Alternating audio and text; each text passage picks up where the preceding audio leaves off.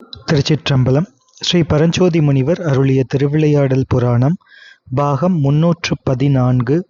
திரு ஆலவாய் காண்டம் வாதவூரடிகளுக்கு உபதேசித்த படலம் பகுதி 57.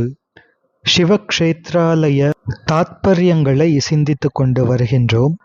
சரீரத்தில் பிரம்மரந்திர மத்திய கபால துவாரமே திருக்கோயிலின் உத்தர கோபுர வாயிலாகவும், சரீரத்தின் பாத பெருவிரல்களின் முடிவுகளும் கைகளின் நடுவிரல்களின் அந்தங்களும் குதமல துவாரமும் தட்சிண கோபுர வாயிலாக அமைய, ஞானாக்னியாம்ச புரூமத்தியமே அந்தராள கோபுர வாயிலாகவும், உந்தித்தானமே பலிபீட்டமாகவும், ஹிருதயமே துவஜஸ்தம்பமாகவும், பஞ்சகோச அந்தக்கரண புருடனாகும் கண்டஸ்தானமே நந்தியாகவும் சிவயோகிகள் அறிவார்கள்.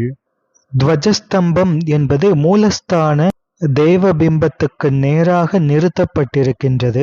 ஸ்தம்பத்தைப் போல சரீரம் நேராக இருந்து பிரகாசிக்கும் இடை பிங்களை எனும் இரு நாடியின் வழியே போய் திரும்பும் பிராணவாயுவை நடுநாடியில் நிறுத்தி சிறிதும் அசையாது தியானிக்கில் பிராணவாயு நிற்கும்.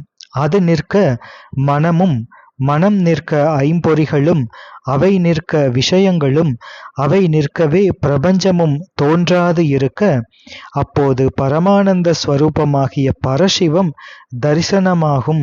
இனி ஆலயத்தின் உள்ளே இருக்கின்ற சிவலிங்கம் சிவாலயங்களிலே உள்ள பலிபீட்டம் பத்ரலிங்கமாகவும், ஸ்தூபி ஸ்தூலலிங்கமாகவும், சிவலிங்கம் சூக்ஷ்மலிங்கமாகவும் கொள்ளப்படும். இதிலே சூக்ஷ்மலிங்கமே விசேஷமுடையது. லிங்கம் என்ற பதத்துக்கு லிங் என்பது லயம் என்றும், கம் என்பது தோற்றம் என்றும் பொருள் கொண்டு, உலகமும் உயிர் தொகைகளும் லயிப்பதற்கு ஒடுங்குவதற்கு இடமாக இருப்பது என்றும், இன்னும் லிங்கம் என்ற பதத்துக்கு பிரகாசம் எனவும் பொருள் உண்டு. சிருஷ்டியாதி பஞ்சகிருத்தியங்களாலும் உலகம் எவற்றையும் பிரகாசப்படுத்துவது என்பது அதன் அர்த்தம். எனவே பரமேஸ்வர பிரபாவமே லிங்கம் எனப்படும்.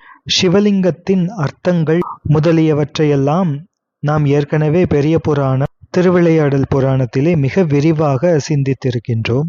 எனவே லிங்கம் என்பது சிவமே ஆகும்.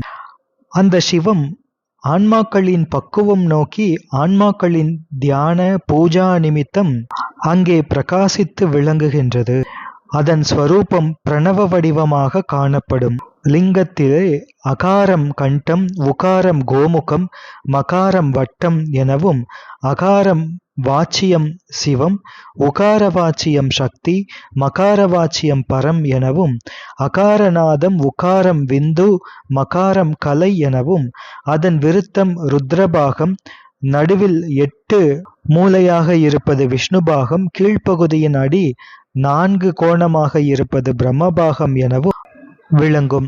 சிவயோகியர் தமது தேக ஆலயத்தின் உள்ளே இருக்கும் ஆதாரங்களுள் அநாகதத்திலே ஆதியந்தமில்லாததாய் அக்னி போல விளங்கும் செந்நிறம் உள்ளதாய் அதோமுகமாய் ஜோதி பிரகாசமாய் விளங்கும் ஸ்வயம்புலிங்கத்தையும், மணிபூரகத்திலே கோட்டி சூரிய பிரகாசமாய் பாசபந்தத்தை சிதைப்பதாய் கோமளமாய் ஊர்துவமுகமாய் விளங்கும் லிங்கத்தையும், புரூ மத்தியத்தில் இருக்கும் ஆக்ஞையிலே கோட்டி சந்திர பிரகாசம் போல் ஒளிர்வதாய் அருவம் கொண்டதாய் பராசக்தியோடு இனிது விளங்கும் மகாலிங்கத்தையும் ஞானாச்சாரியர் திருவருளினாலே சிவயோகிகள் அறிவார்கள்.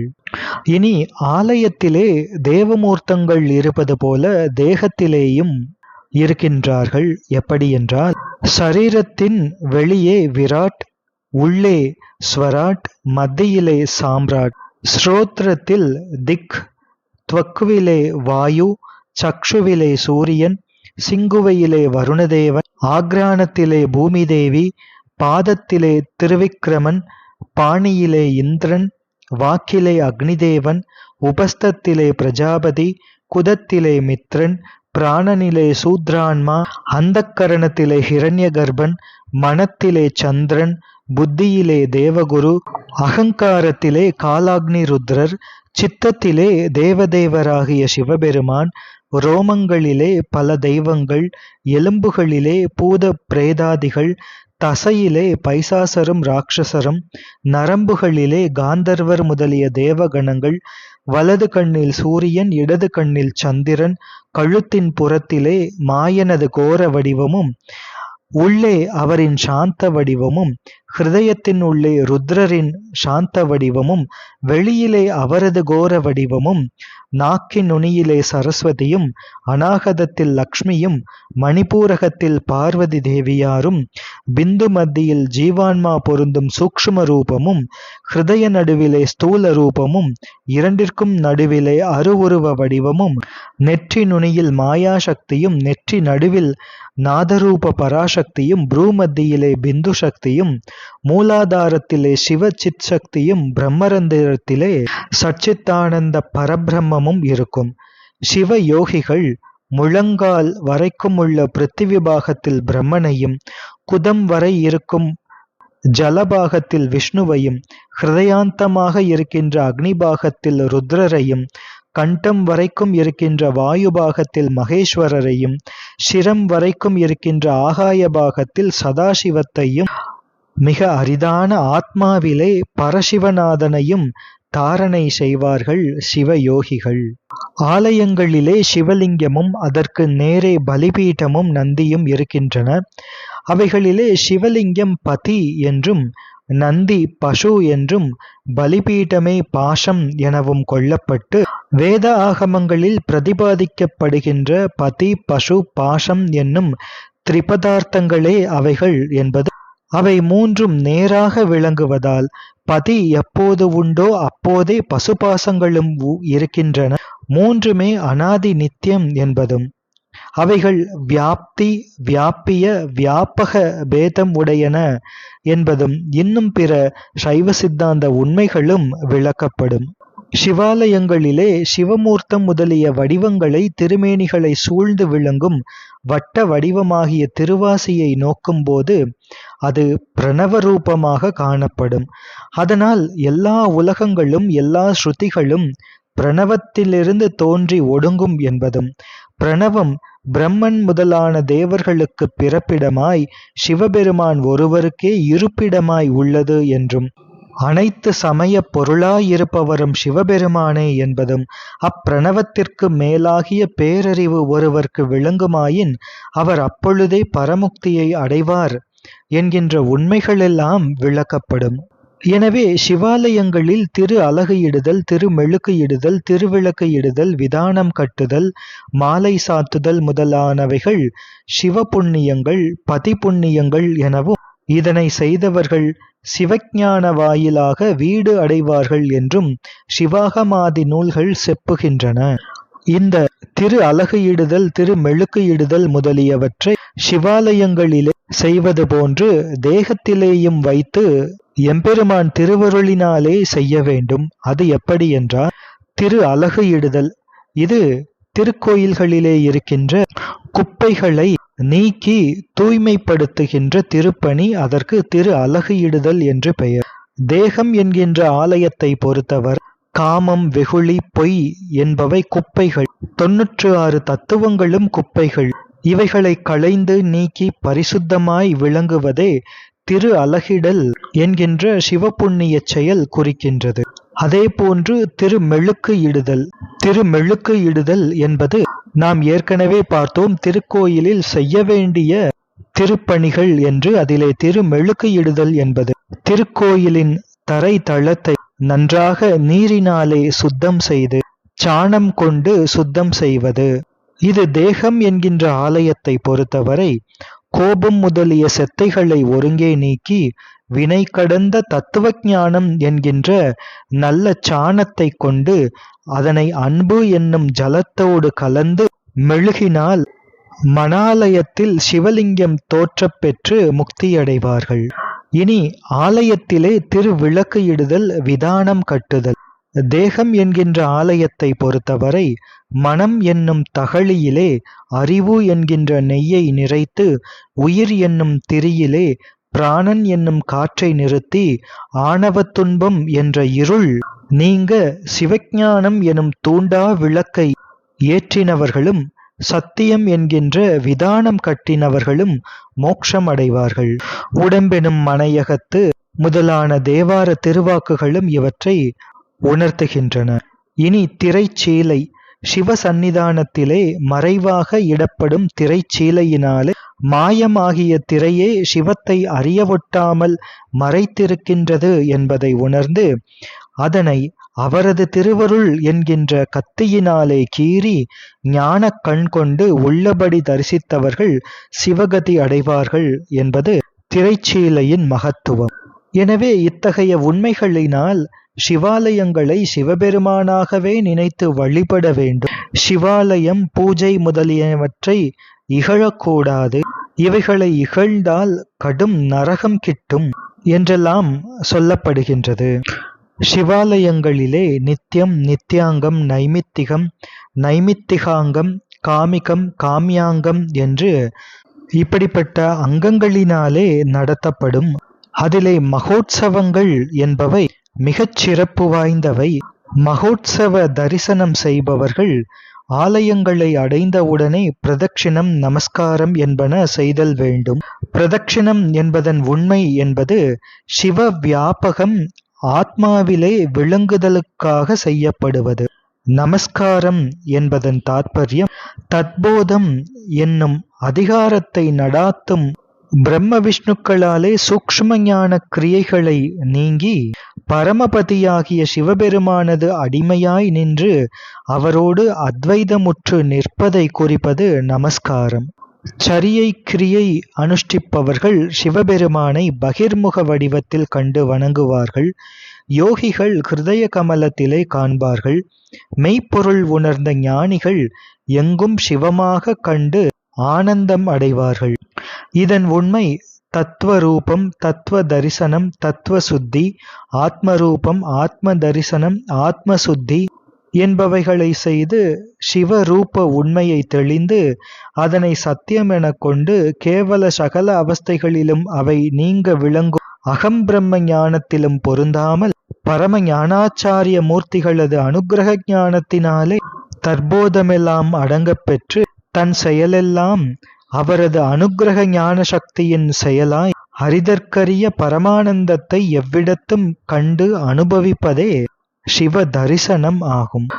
எனவே சிவாகமங்களை முறையாக பயின்று சிவதீட்சை, ஆத்மார்த்த பூஜை, பரார்த்த பூஜையான ஆலய வழிபாடு, ஸ்தலங்களுக்கும் ஆலயங்களுக்கும் உள்ள தத்துவ பின்னணி பற்றிய தெளிவான அனுபவத்தை ஒவ்வொரு சைவரும் பெற வேண்டும்.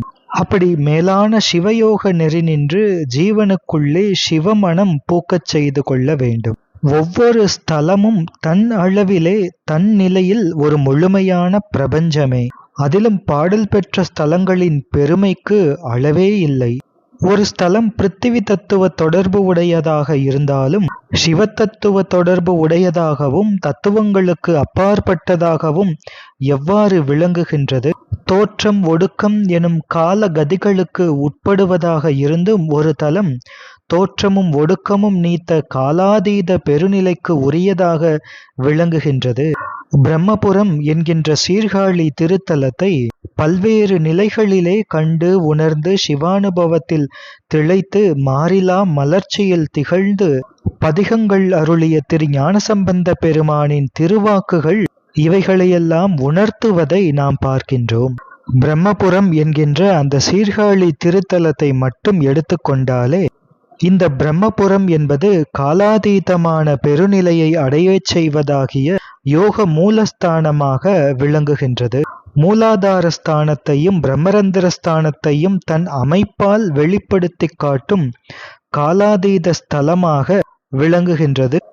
பக்குவப்பட்டவர்களுக்கு 12 கலை மூல பிராசாத மந்திரத்தை தனக்குரிய 12 பெயர்களாலும் உணர்த்துகின்ற பிரகாசஸ்தானமாக விளங்குகின்றது.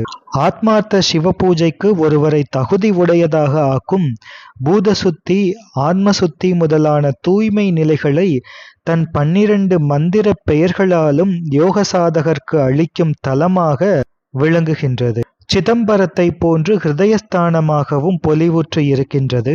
இந்த சீர்காழி ஸ்தலமானது பூங்கமல ஸ்தானமாக, மற்றைய ஸ்தலங்களை பரிவார ஸ்தலங்களாகவும் தன்னை மூலஸ்தானமாகவும் கொண்டு தியான யோகத்தை மேற்கொள்பவர்களுக்கு நாதப்பேறு, காட்சிப்பேறு முதலான உயர்ந்த யோகானுபவங்களை வழங்குகின்ற தலமாக விளங்குகின்றது. இப்படி பல பல சிவாலயங்கள், ஒவ்வொரு ஸ்தலத்திற்கும் எண்ணற்ற பெருமைகள் இப்படியெல்லாம் கூறப்படுவதா ஒரு ஸ்தலம் மற்றொரு ஸ்தலத்தை விட உயர்ந்தது தாழ்ந்தது என்று எண்ணிவிடக் கூடாது. ஸ்தலங்களுக்குள்ளே ஏற்றத்தாழ்வு கருதிவிடக் கூடாது. இந்த ஸ்தலத்தை காட்டிலும் இந்த ஸ்தலம் உயர்ந்தது, இந்த அடியாரை காட்டிலும் அந்த அடியார் உயர்ந்தவர், இந்த கோயில் மூர்த்தியை விட அந்த கோயிலில் உள்ள மூர்த்தி உயர்ந்தது என்றெல்லாம் உயர்வு தாழ்வு கற்பித்து கொள்ளக்கூடாது. ஒவ்வொரு ஸ்தலத்திற்கு செல்லும் முன் அந்த ஸ்தலத்தின் மூலத்தன்மையை நன்றாக உணர்ந்து கொள்ள வேண்டும். அந்த மூலத்தன்மையை உணர்ந்து அந்த உணர்வோடு அந்த தலத்தை அடைந்து முறைப்படி வழிபட்டால் அத்தல வழிபாட்டிற்குரிய விசேஷ பயன்கள் அனைத்தையும் பெற முடியும். அப்படி ஒவ்வொரு ஸ்தலத்தின் மூலத்தன்மையை பல கோணங்களிலிருந்து பற்பல அருள் நிகழ்ச்சிகள் வாயிலாக விளக்க எழுந்தவையே ஸ்தல புராணங்கள். எனவே ஸ்தல புராணங்களை கற்பனை கதைகளாகவோ பொய் உரைகளாகவோ கருதிவிடக்கூடாது. அப்படி நாம் பெரிய புராணம், கந்த புராணம், திருவிளையாடல் புராணம் முழுவதும் எண்ணற்ற ஸ்தலங்களின் திருநாமங்கள், அந்த ஸ்தல விசேஷங்கள், தீர்த்தங்கள், மூர்த்தி விசேஷங்கள் என்றெல்லாம் மிக விரிவாகவே ஒவ்வொரு ஸ்தலத்தை பற்றியும் சிந்தித்து கொண்டு வந்து கொண்டிருக்கின்றோம். திருப்புகலூர் என்ற ஸ்தலம், இதற்கு புன்னாகவனம், ரத்னாரண்யம், அக்னீசபுரம் என்று திருநாமங்கள். திருவாரூருக்கு கமலாலயபுரம், க்ஷேத்திரவரபுரம், ஆடகேஸ்வரபுரம், மூலாதாரபுரம், சக்திபுரம், கந்தபுரம் என்று திருநாமங்கள். நான்மாடக்கூடல், ஆலவாய், கடம்பவனம், துவாதசாந்தபுரம், சிவராஜதானி, கன்னீசபுரம், ஜீவன்முக்திபுரம், சிவநகரம் என்று மதுரைக்கு பல்வேறு திருநாமங்கள். இப்படி எண்ணற்ற பெருமைகளை நாம் சிந்தித்து கொண்டே வருகின்றோம். அப்படி ஒவ்வொரு தலமும் பிராகிருதம், அப்ராகிருதம் என்று இரண்டு நிலைகளிலே உணரப்பட வேண்டும் என்று சர்வஞானோத்தர ஆகமத்தின் யோகபாதம் கூறுகின்றது. பிராகிருதம் என்பது பிரகிருதி சம்பந்தப்பட்ட நிலை, அதாவது இந்த நிலத்தோடு தொடர்புடைய நிலை, இந்த நிலத்தின் ஒரு பிரிவாக இருக்கின்ற நிலை, எல்லைகளுக்கு உட்பட இடத்தால் வரையறுக்கப்பட்ட நிலை. அதனையே நாம் ஸ்தூலமாக ஒவ்வொரு ஸ்தலங்களாக பார்க்கின்றோம். ஆனால் அப்ராகிருதம் என்று ஒவ்வொரு ஸ்தலத்திற்கும் ஒரு நிலை உண்டு, பிரகிருதி சம்பந்தப்படாத நிலை, காலத்தாலும் தேசத்தாலும் வரையறுக்கப்படாத நிலை. நம்முடைய கண்களினால் நாம் ஒவ்வொரு ஸ்தலத்தின் பிராகிருத நிலைமையை தான் காண்கின்றோம். பக்குவப்பட்ட உள் உணர்ச்சியினால், திருவருள் உணர்த்தினால்தான் அந்த ஸ்தலத்தின் அப்ராகிருத நிலைமையை உணர முடியும். அப்படி ஒவ்வொரு ஸ்தலத்தின் அப்ராகிருத நிலைமையை அகவுணர்வால் உணர்ந்து தெளிவு பெறுவதற்காக ஏற்பட்டவைதான் ஒவ்வொரு ஸ்தலத்திலே இருக்கக்கூடிய, அந்த ஸ்தலத்திற்கு என்று இருக்கக்கூடிய பல்வேறு திருநாமங்கள். எனவே ஸ்தலத்திற்கு சென்று தரிசிப்பது என்பது ஒரு நிலை என்றால், ஸ்தலத்தின் திருநாமங்களை சொல்வதே மிகப்பெரிய சிவபுண்ணிய ஹேத்துவாக அமையும் என்றும் ஆகமங்கள் வலியுறுத்துகின்றன. தொடர்ந்து சிந்திப்போம். திருச்சிற்றம்பலம்.